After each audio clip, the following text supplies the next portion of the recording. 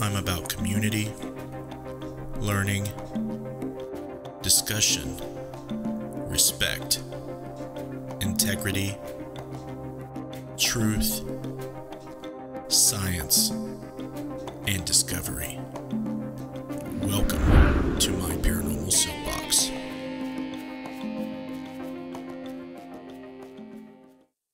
Hello and welcome to my Paranormal Soapbox. I'm your friendly neighborhood ghost hunter, Justin Brown.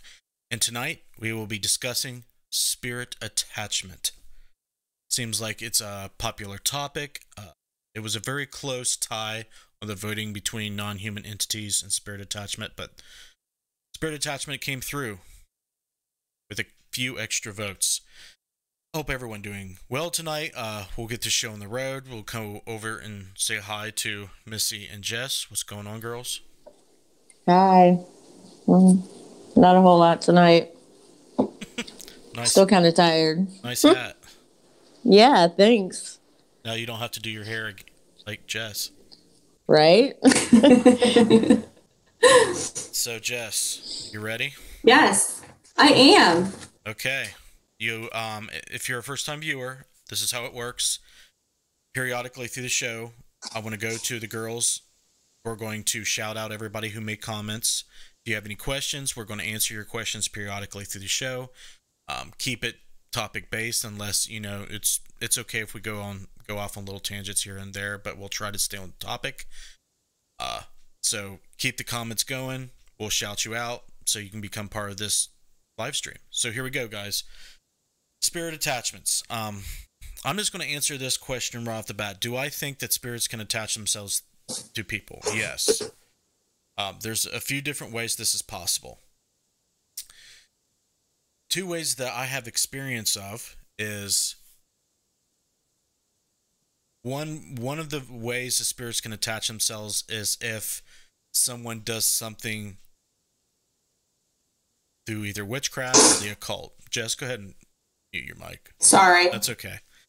And the other way is you can come in contact with a spirit and they can attach themselves to you. Now, it's not like a leech. It gets, in some ways it can be. But in general, it's not like they're attaching themselves to you like a parasite. What happens is a lot more complex than that. And I think there's a lot of different ways spirits can attach themselves to you, whether they mean to or not. But we're going to talk about some stuff that involves spirit attachment. If you've watched this show regularly, you would probably remember me telling the story about a paranormal experience I had in my 20s when I was at my girlfriend's brother's house. I was sleeping in the guest room. The house was extremely haunted.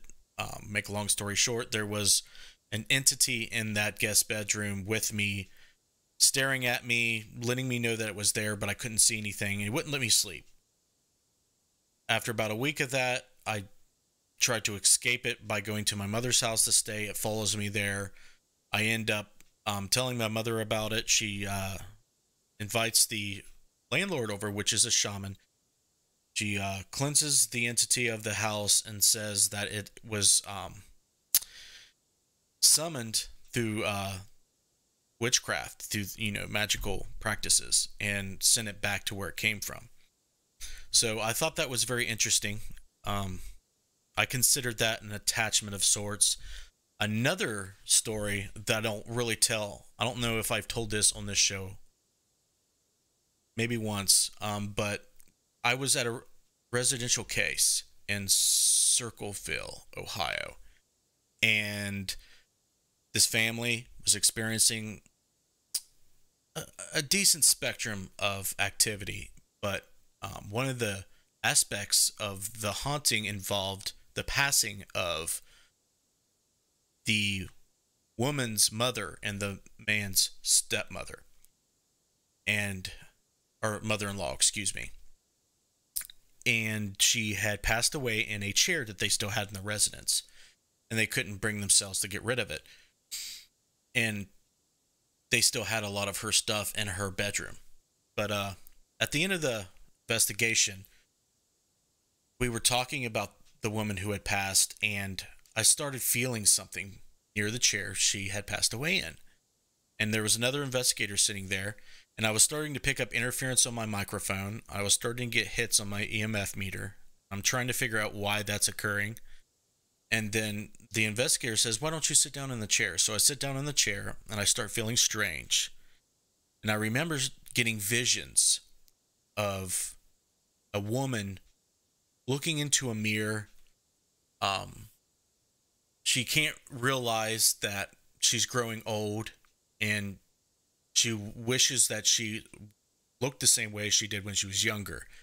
And I started getting these impressions, and I decided that this entity, this spirit of this woman, was communicating to me in this way. I was actually having the same memories and the same feelings and thoughts. It was an empathic experience.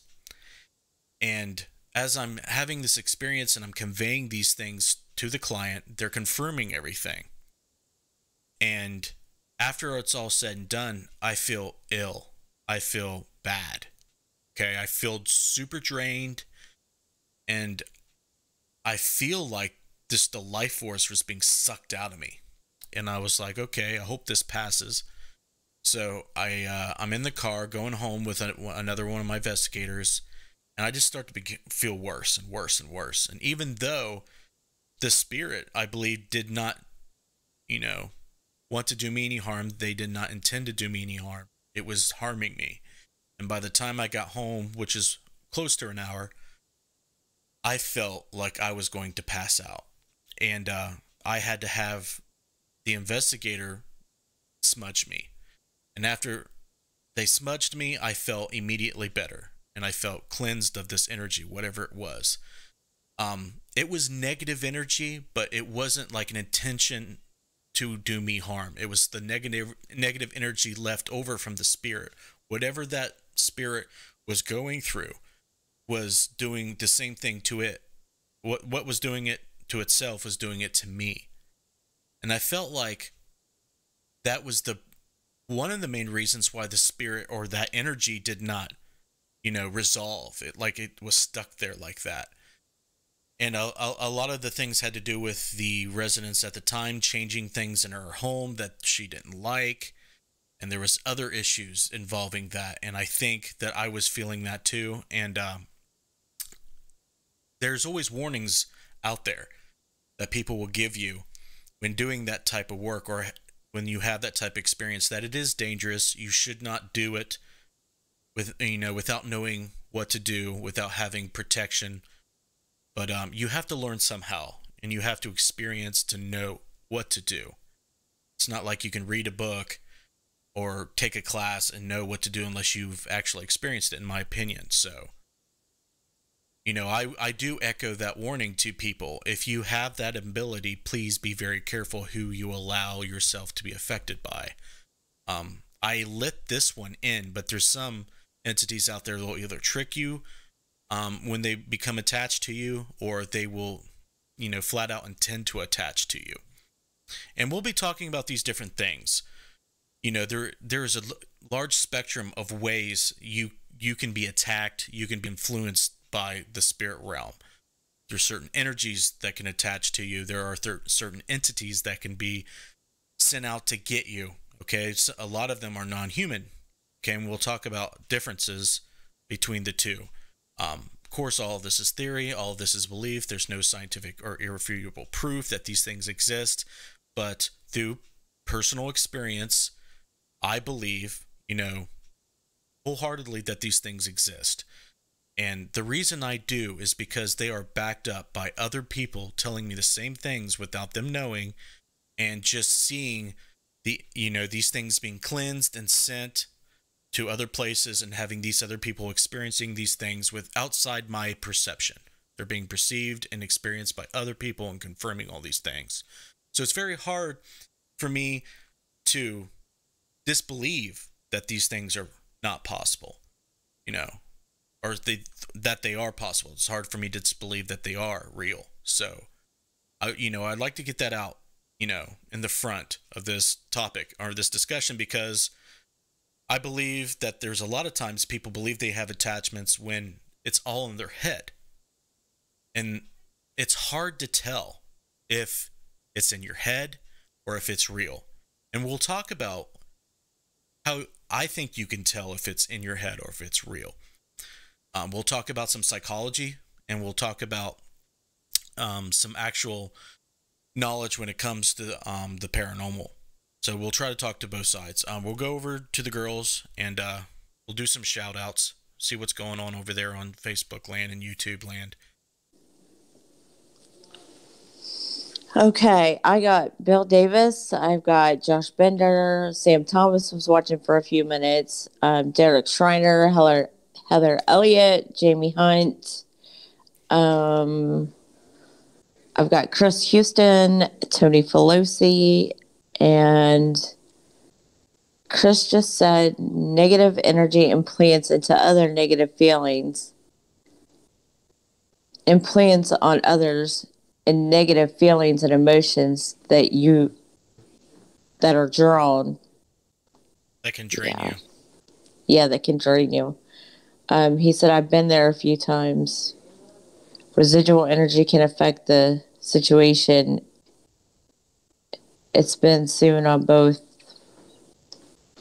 of the paranormal often, just not, I can't read that, but Really, because my computer isn't working. Yeah, it's been seen both on and off the paranormal, often just not really called ghosts, so to speak. What I get out of that is residual energy can attach itself in a way.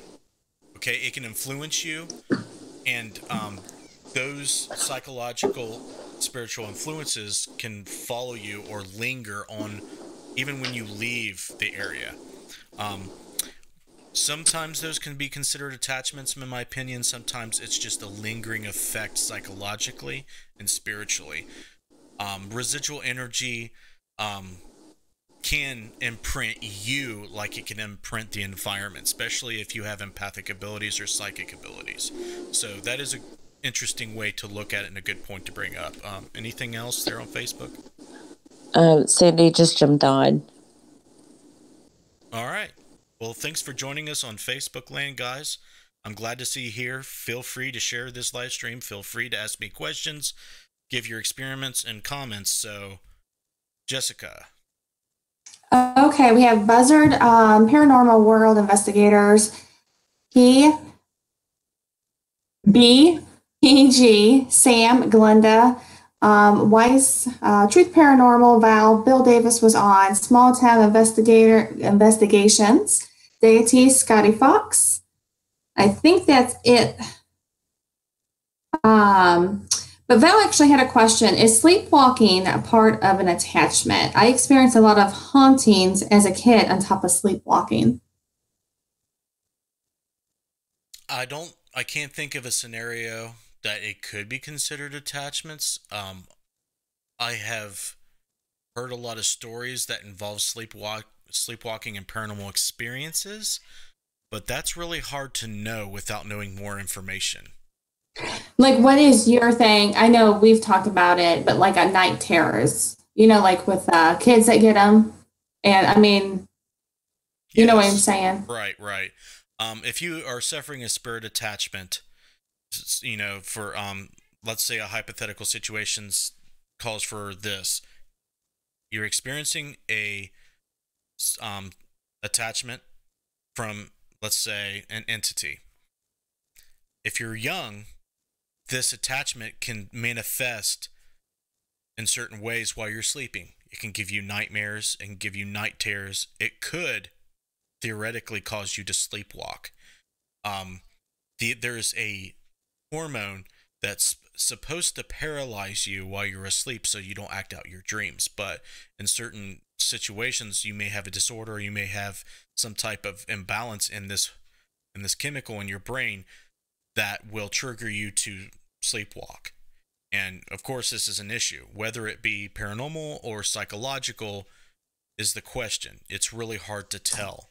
But I think it is possible. If I was doing a client investigation and these folks were reporting to me that either them or their children were sleepwalking. I would have to monitor them while they're sleeping and seeing them sleepwalk, taking readings, having, empaths and psychics there to give me input on it. I would have to actually have to investigate it to know. So I think that's the only way to know on a case-by-case basis. Okay. Scotty actually asked Truth Paranormal, but I think it's a good question. Wonder how many people are diagnosed with a psychiatric when it's actually a spirit attachment. That is a good question. And one of the topics that our community voted on was mental illnesses, and but that didn't win. It is very hard to know. It goes both ways. There have been cases where exorcisms have been found out to be, some medical conditions instead of exorcisms. And I think it could go the other way too. Mental illnesses and other medical conditions can be misdiagnosed when someone's actually having a paranormal experience. I think there's room for error, but you should caution yourselves to jump to conclusion. And that's usually the case when I've researched the cases that have been wrong, like Annalise, what's her name? The Emily Rose case. Her real name's Annalise something. I can't remember the full name at the top of my head right now, but those people that did the exorcism, the Catholic Church that was involved in that, was charged with neglect because Annalise died and they were trying to give an exorcism, and she was actually suffering from seizures and malnutrition. So you want to use caution when doing that. It's really hard to know how many cases or diagnoses have been wrong when the paranormal has been involved. I think it's a good idea to seek a different opinion or another opinion if you think that there's something paranormal going on, but you better have a good reason. Like, there should be concrete evidence that something paranormal is going on. Stuff flying through the air, stuff like that. Stuff that's just obviously paranormal. Right. And Buzzard asks, is an attachment and a possession, is that the same thing? It's definitely can be considered the same. An attachment, the ultimate form of a theological attachment is possession. Okay? It's actually, but an attachment doesn't necessarily take control over you like a possession can or will. I think it's rare, but I'm open to the possibility of it happening. But extraordinary claims needs extraordinary evidence in that scenario. Paranormal World investigators. She said, "What can you do when you are being attacked?" By what? It depends on what you're being attacked by. I'm trying to catch up. I'm just seeing if she said what was going on. Okay, well, if you did not say what's going on, it depends on what you're being attacked by. If you don't know what you're being attacked by, the first thing you need to do is find out. Seek out either a religious leader, if you're religious, or a reputable paranormal team or a psychic medium in your paranormal community, and have them do a reading on you. A shaman can do a reading on you, some metaphysicist, okay, and have a paranormal team actually investigate. A good one. And then if they can find out what's attacking you, great. If not, there is some things they can do to see if they have an effect. You can have cleansing. You can do, depending on your belief system, you can pray. You can do all the things that people typically do to protect themselves and ward away negative, malicious spirits. So it just depends. Okay. Somebody else jumped up. Francis, urban spirits. What do you look for when you have an attachment? When you feel you have an attachment? Good question. Well,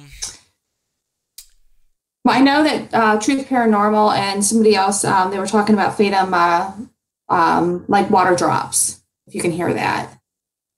Yeah. They were talking about that. Yeah, there's been cases where I've seen manifestation of water happen.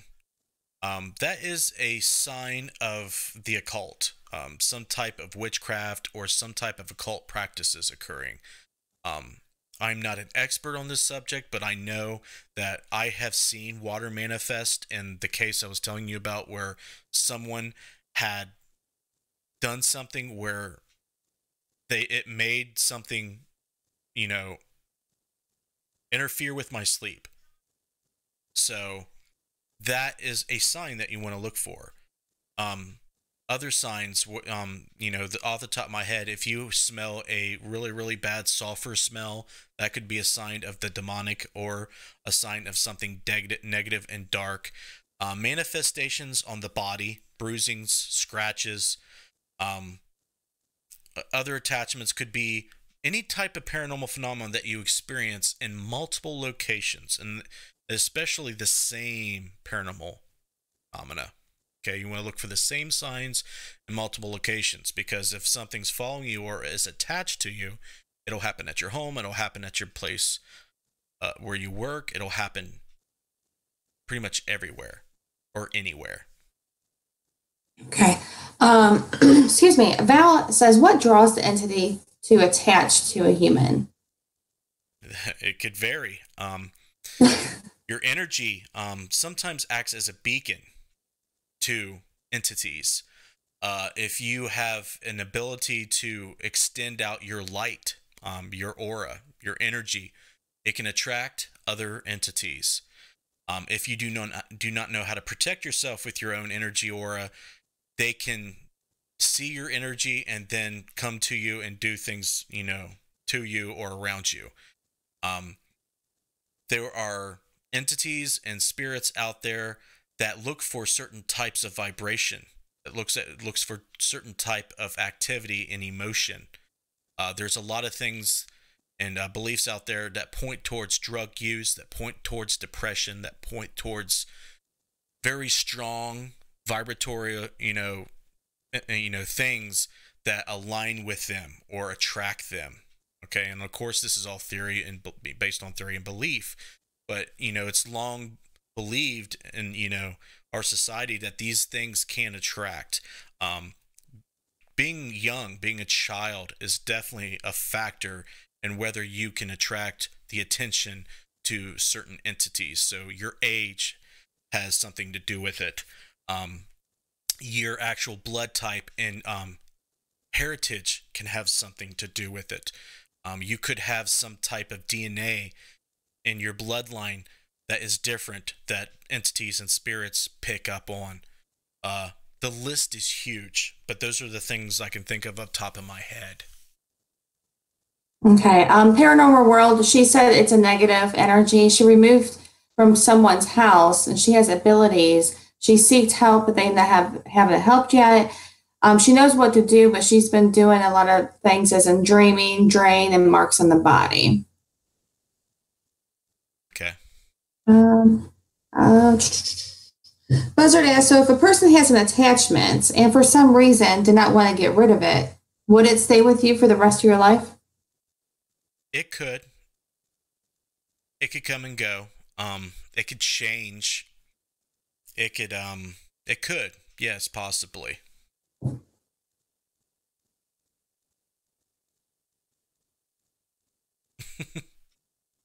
I'm looking. Okay. Well, I was stuck up. Yeah. Missy, is there anything on Facebook as far as questions? No, I have no questions. Chris Houston said it depends often on the situation. He was talking to Robin. But yes, possession is an ending result, often past attachment. But attachments can be the beginning result, ending in possessed. In rare cases on file. And they're just talking amongst themselves, but... Awesome. Well, it is a little bit busier tonight, so I'm glad to see you guys. Jess, were you done? Yeah. Okay. All right. So I'm glad to see you guys interested in this topic. It interests me, And I love seeing you guys going back and forth on it. So keep that up. So here's the thing.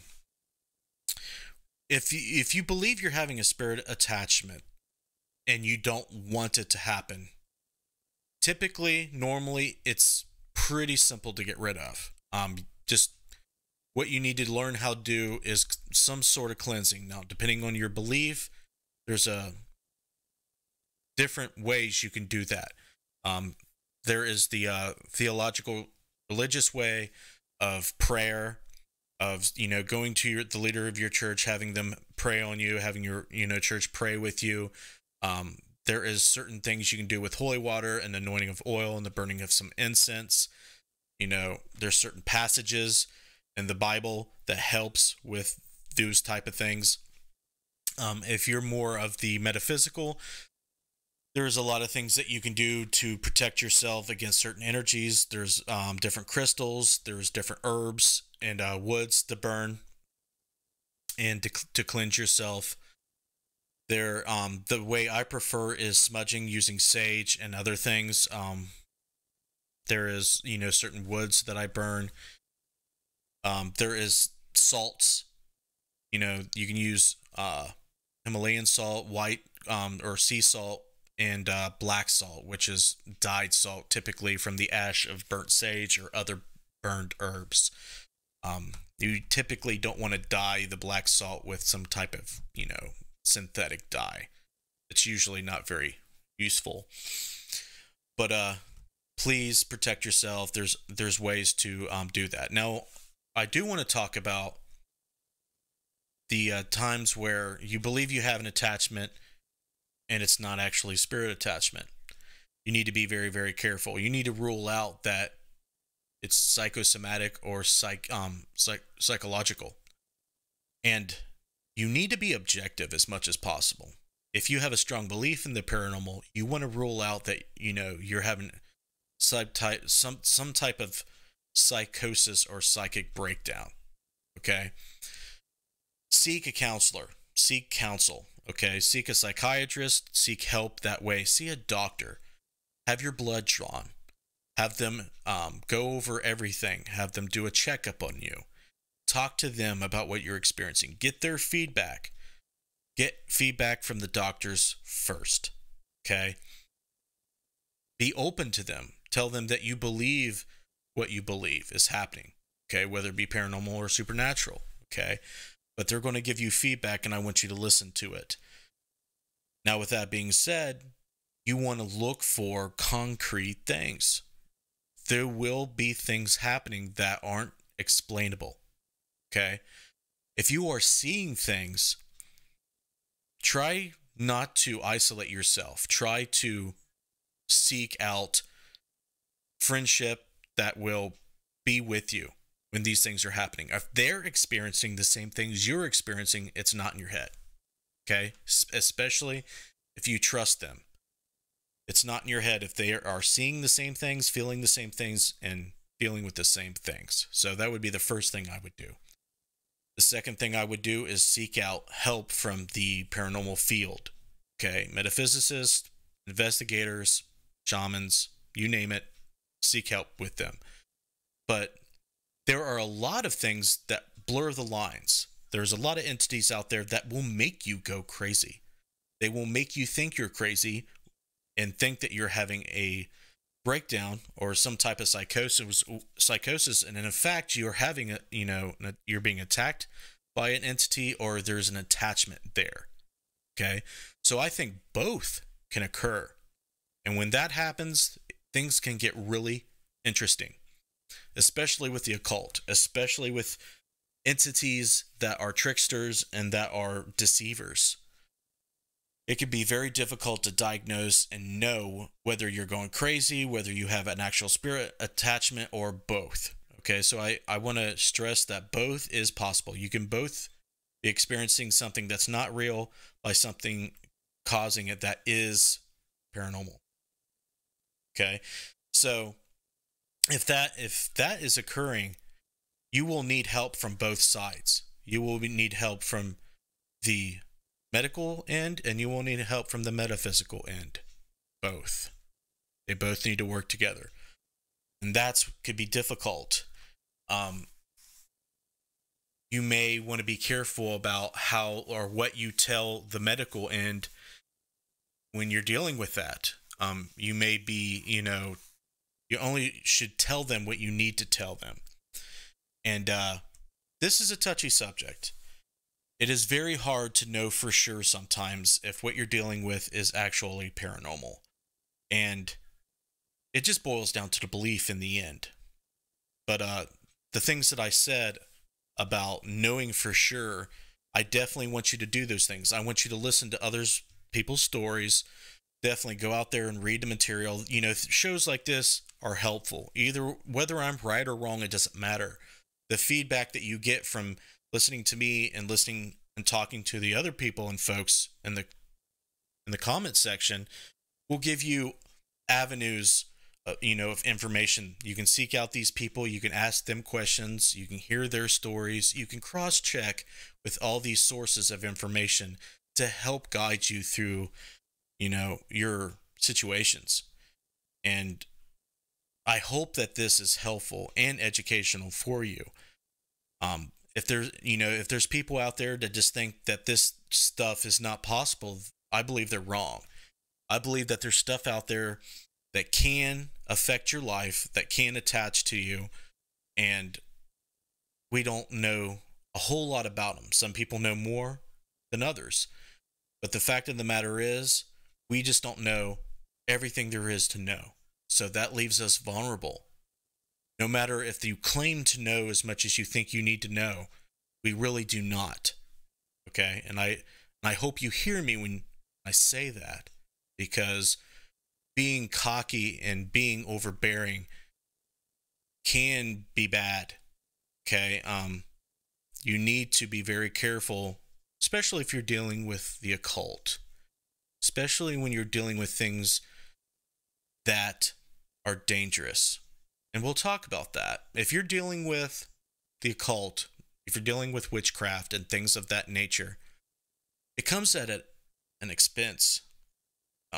You have to pay. There's a currency for those things. Sometimes it's your energy. Sometimes it's your soul. Sometimes you make pacts. And that can have, some side effects that are very, very unfavorable. So I caution everybody who's dabbling in those things. If you're watching this in post or listening to it live, you need to know what you're dealing with. So hopefully we got some more questions. How's it going over there? Any more comments or questions? I have one. Jennifer asked, what about EMF poisoning? EMF poisoning. So what they're asking is if they have some type of sickness or some type of adverse side effect from it? I guess. That's not considered an attachment. Uh-oh. And then, who was it? Cheryl wanted to know how you protect yourself as an empath. That's a good question. There's certain things you can do. You need to learn how to use your energy and extend it out from your body.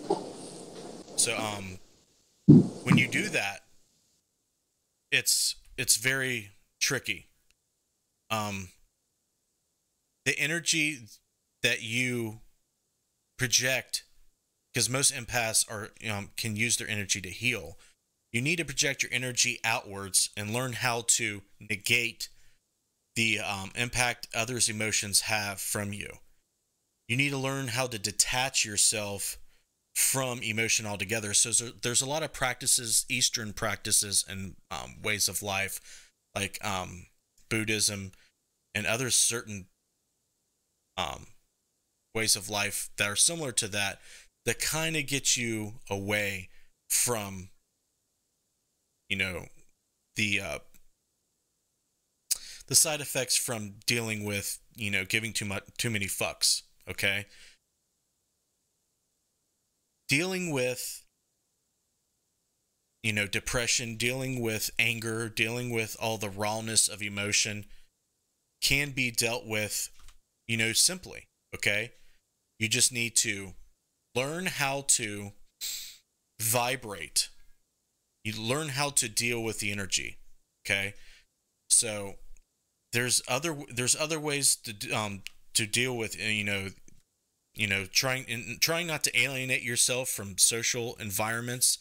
So if you can, let's say if you can find another empath or find a metaphysicist or a psychic, they're going to give you ideas on what to deal with. What I do is I'll go out, like say the last time I experienced this, I was trick-or-treating with the kids, okay? And I was getting all that from everybody, all the good and all the bad, right?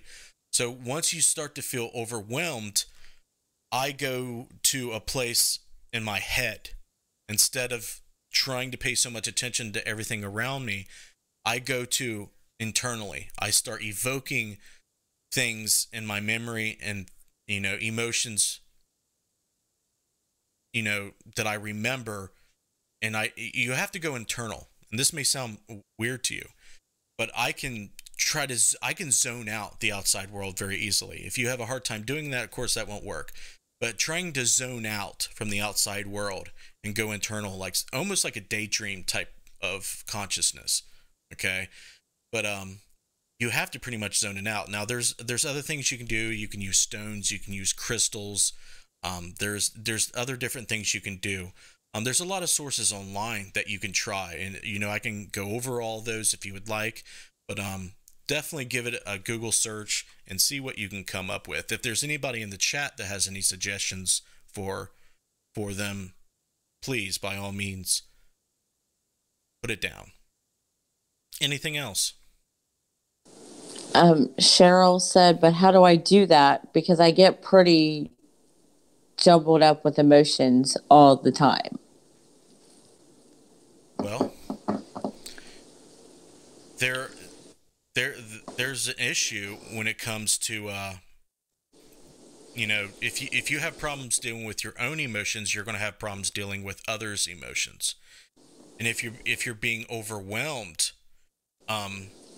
maybe you can try some things like going out to where there's nobody periodically through the week, going out into the wilderness, getting grounded, putting your bare feet on the ground, receiving the ions and the energy from the earth. Okay. I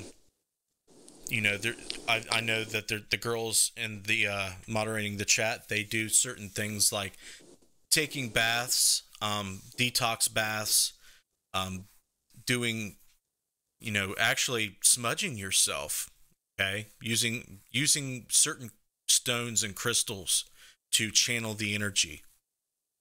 So I ask you, if you're already doing that and it's still not working, then there may be a deeper issue. But if you're not doing that, I would try those things. She said I can deal better with mine than others. Okay. Well, if she's trying the things that I'm suggested already, then I don't know how I can help her much more than that. But if she's not, then I would suggest her try those things that I mentioned. Right. My first thing would be to go to the crystal store. Because my crystals help me more than anything. Like which ones? My quartz and I don't know what they are, but I have them in my pocket. Now we got you an amethyst, the purple one. Is that right? The one you use? No, I carry the ones we bought in Gettysburg. Okay. The amethyst stays beside the bed. Okay, that's for sleeping. Mm-hmm. Okay, so what do you have? Like, I'm trying to think of what's in that little pouch. I don't remember. Tourmaline and quartz, and there's one that starts with a C. A citrine. That sounds about right. I know selenite is another one that's there probably in there. Selenite. That's it. Okay. Yeah. Yes. Selenite is very good. That's probably the most abundant, cheapest stone out there that cleanses. It helps me, I know that. Get some selenite. Stat. Anything else?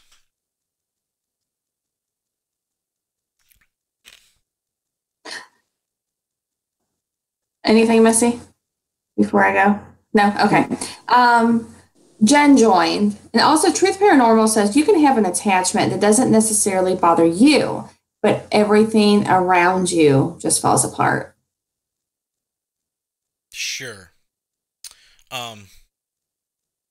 What some might call an attachment, others might call a guide or a companion. It's semantics, really. You can call something an attachment, but what it really doesn't do is attach to you. It just follows you. It's a companion. It's something that, comes to you. It not necessarily stays with you all the time. What are you laughing at, Jess? Well, just imagine there's Bill Davis in here, Mm-hmm. and then there's Joe from Truth, and some of the things that they're saying. I mean, it's pretty funny. Okay, I was thinking that's what it was. Any other questions? No. Okay. All right. Well, let's talk about that. Okay. What I believe in strongly is this thing called a psychokinetic manifestation. Psychokinetic manifestations are very interesting and peculiar things. One thing it can do, outside of making noises, moving things, and causing, psychological and emotional issues, is it can manifest into conscious entities, intelligent entities. And it can take on the form or be perceived as something paranormal or something supernatural, like a ghost, a demon, a jinn, you name it. It could be perceived as that, but I believe that it's just a creation from your mind. And especially when people are trying to do things when they don't understand what they're doing, these things can occur. These things cannot be a problem to you per se, but they can cause problems to other things because that's what the intention of it is. Okay? You want it to protect you. You want it to do things to other people when they do you wrong. You want it to do things to you how you feel. Like a bully picks on someone, weaker than them to make them feel stronger. Well, the psychokinetic entity will do that along with how a bully would do it. If you feel like you are constantly, rejected either by the opposite sex or other people you wish to be friends with, you may wish to do them harm, and this entity that you've created, this PK entity, can do things to other people.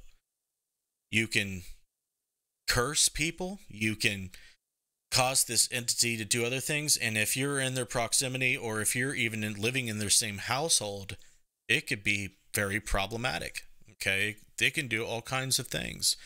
And it's very interesting.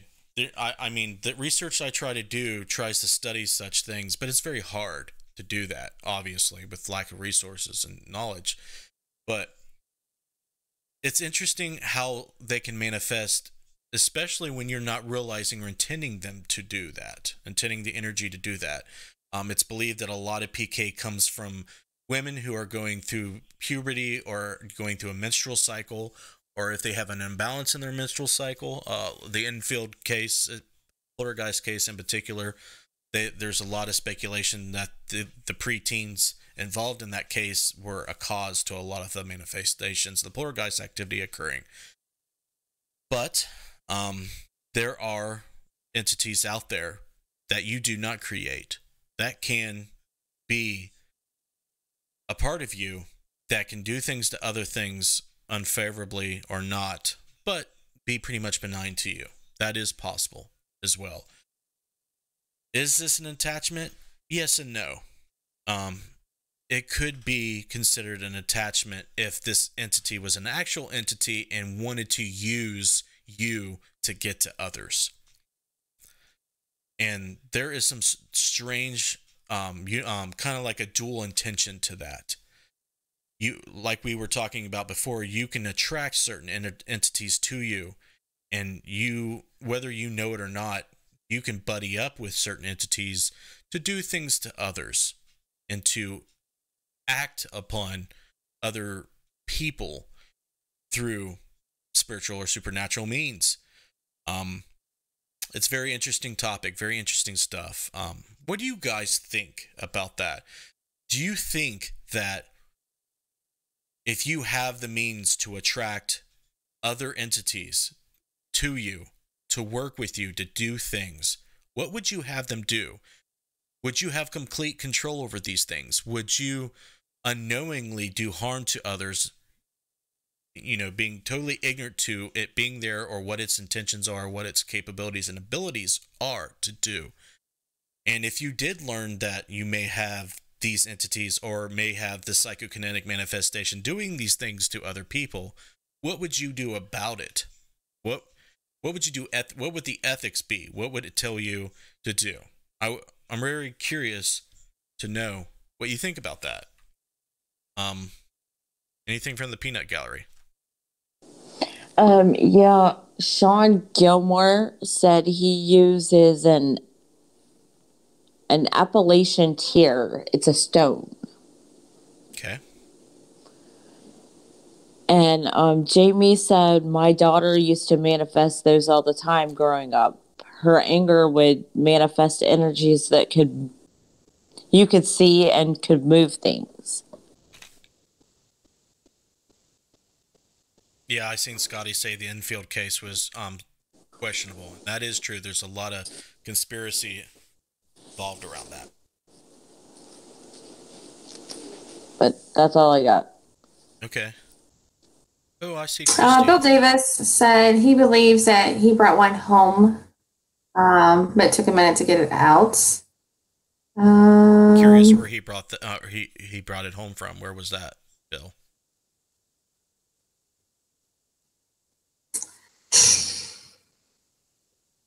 Your wife has joined. She goes, Justin, depends who you're asking. If you're asking me, you would know what I would say. Well, if you're in the chat, so technically I'm asking you. I'm looking. If Christy knew she can affect people supernaturally, they would all be effed.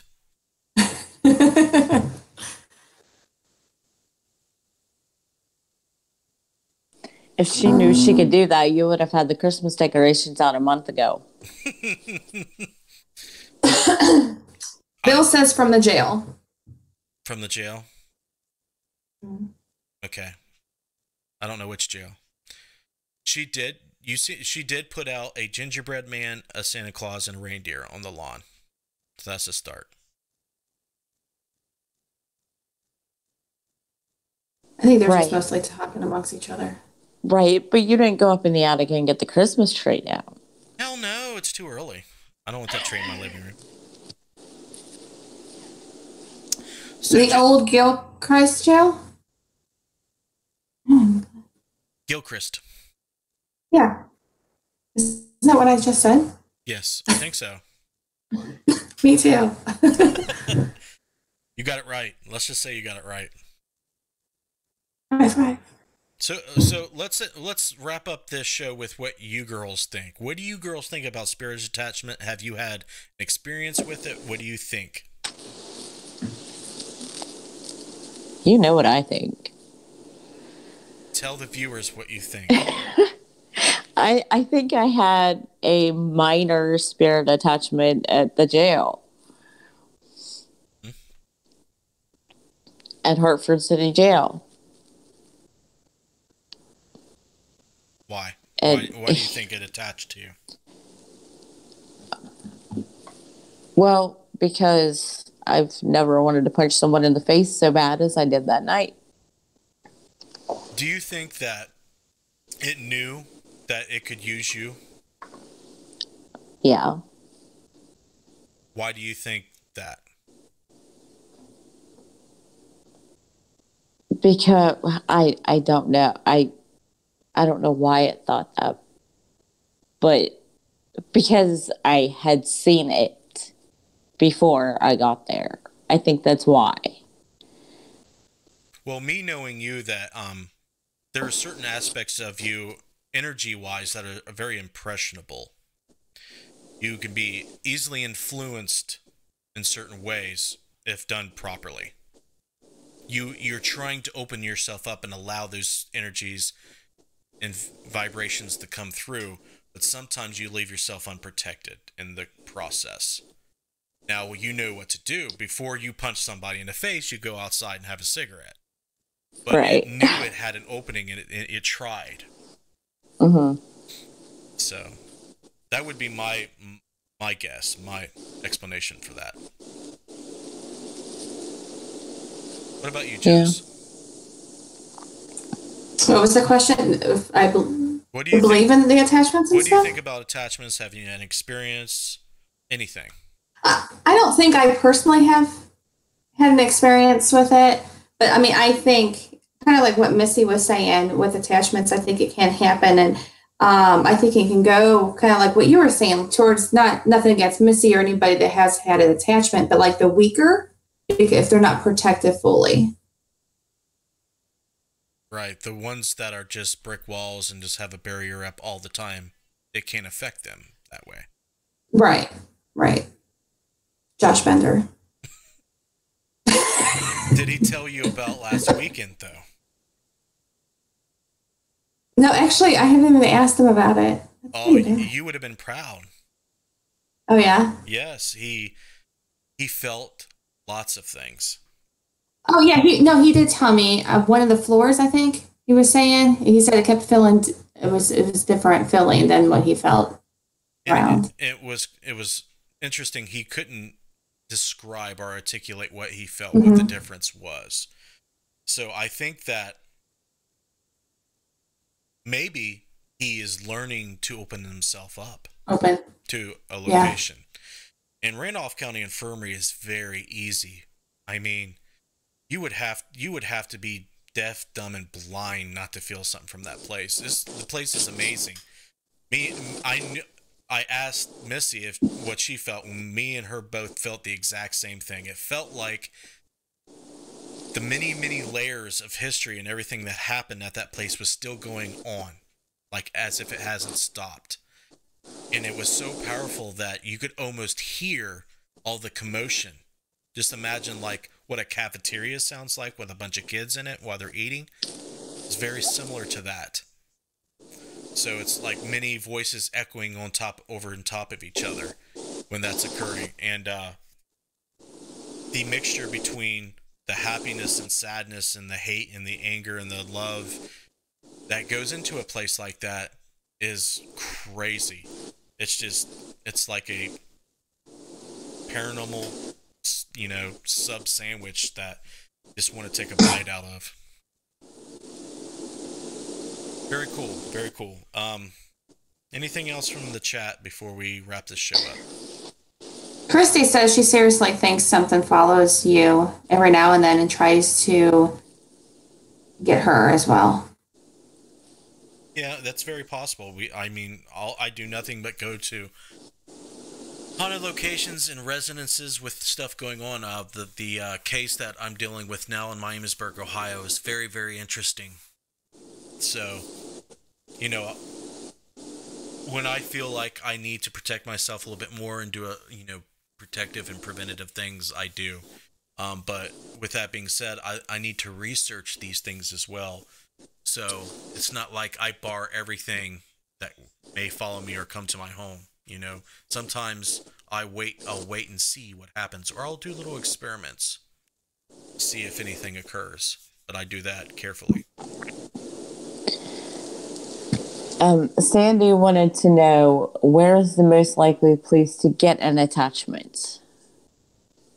I told her you can get an attachment at the grocery store. Yes, it could be anywhere. You can get attachments at a lot of places. Anywhere that people go, I mean, this may sound silly, but if you go to a cemetery and you're a psychic or an empath, that's actually a pretty treacherous place to go. The reason that is because a lot of times the living will go there to mourn the dead or to revisit and rekindle those energies with those that have passed. And when you do that, you can have, entities, spirits, and what have you lingering around a lot. So there's a lot of controversy when it comes to that topic, but people believe like, well, why would you haunt a cemetery? Well, that's the reason. Asylums, hospitals, jails, large social gatherings where a lot of people congregate and go. Anywhere, you have a soup of energy, you can get an attachment. It can be from the dead. It can be from the living. It can be from something non-human. Anywhere.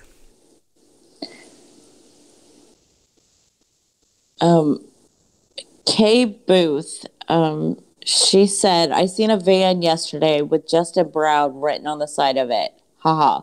Then I come across this video, and she is from New Zealand. Kay Booth? Mm-hmm. She's okay. Let me get this straight. She's seen a van with my name on it. Mm-hmm. So she Googled it. I guess she just came across the video, and then she came across the video. I guarantee you that Justin Brown is like a super common name, so that has nothing. The van had nothing to do with me, but I think that's freaking awesome that you stumbled onto the show because of that. Thanks, Van. Thanks for joining us. Subscribe. Anything else, guys? Nope, I ain't got anything else. All right. No, not from here either. Okay. Well, thanks for helping me out tonight. It was very busy, very active tonight. So without your help, I would be like, no, I can't do this. So thanks again, girls. Sure. All right. Awesome show tonight. Awesome people in the chat. That was freaking awesome. That's what this show's about. That's what I want to see. That's just what I want to do. I want to bring you guys together. I want to hear your opinions. I want to voice my own and have a nice, respectful conversation about the topics that we're all interested in. So thank you very much for joining me and participating in tonight's live stream. I'm going to be on Rob and Nikki's show on Live Paranormal tonight. If you're interested in that, I will go on my blog page, Justin Brown blog page, or if you're on YouTube, you can go to Justin Brown Paranormal Research on Facebook and get the link to that show. Let's see here. I can get the link for you here real quick. Let's see here. I will put the link in YouTube for you guys so you don't have to go look yourselves. So just one moment. Let me go to my page. I didn't. There it is. I will link it for you in the chat. Here we go. We'll go to YouTube and do that for you now. So if you're interested in hearing about this new show I'm going to be doing on Live Paranormal, it's going to be really cool. So I think that worked. Wait a minute. I don't think it worked. Maybe it didn't. Oh my God. It's exceeding the max characters. Oh my God, how long is this link? Oh boy. This link is long. Wait a minute, it can't be that long. Let me try this again for you guys. I'll try it again. Oh, that worked. There you go. Sorry for that long link, but there you go. Check me out tonight. Check out Necromancer at 8 p.m. Eastern Standard Time on Interface Death YouTube channel and the Necromancer live show page. We have Sean Gilmore on the show tomorrow night, so I definitely want you to check that out.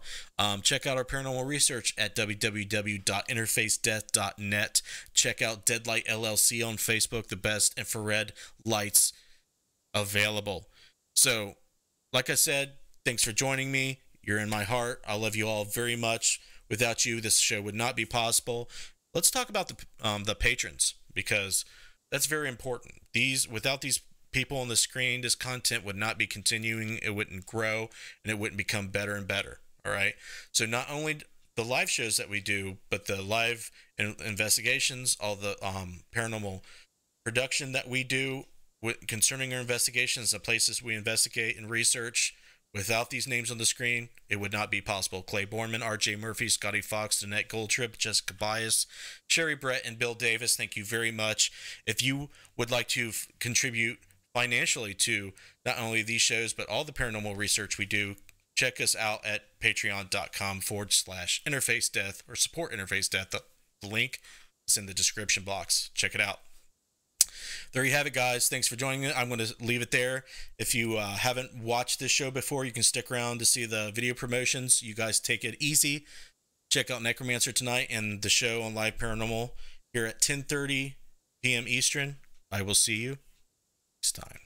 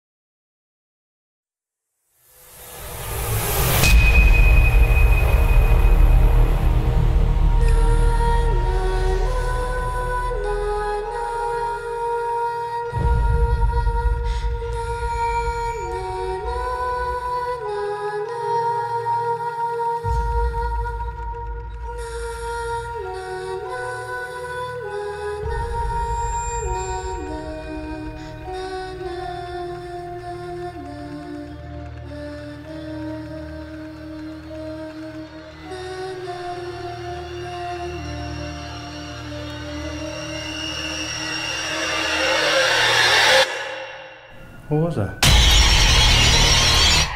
I don't know. I feel like I can't breathe in this room. Generally, Justin, when you guys investigate, do you just take long pauses, wait to see if you hear things, observe everything that's going on? It depends on the location and our experience with the location. So in this case, at Waverly Hills, since we've been here before, we've heard a lot of stories, done a lot of research, and investigated. We typically like to listen a lot because we hear the coughing, we heard it last time, so we didn't hear it again.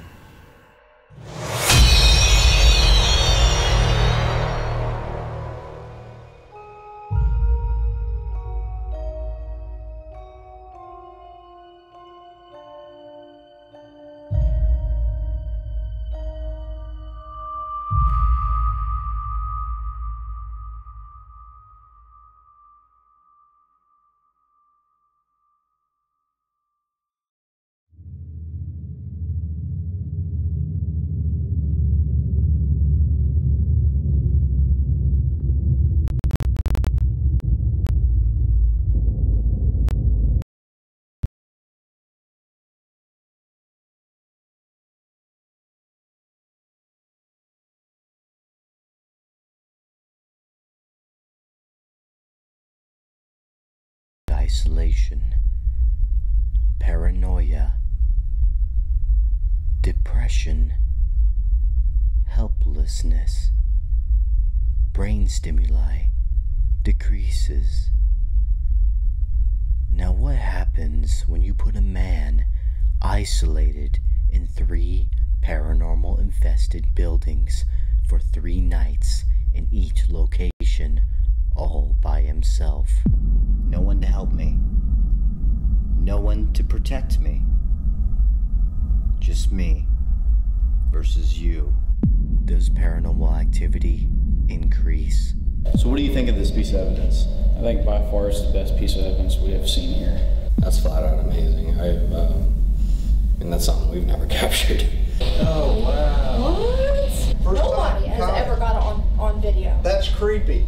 In 11 years. So no one's ever caught this on video? Never. Ever. Here is my story, and here is what I went through for my research into the paranormal.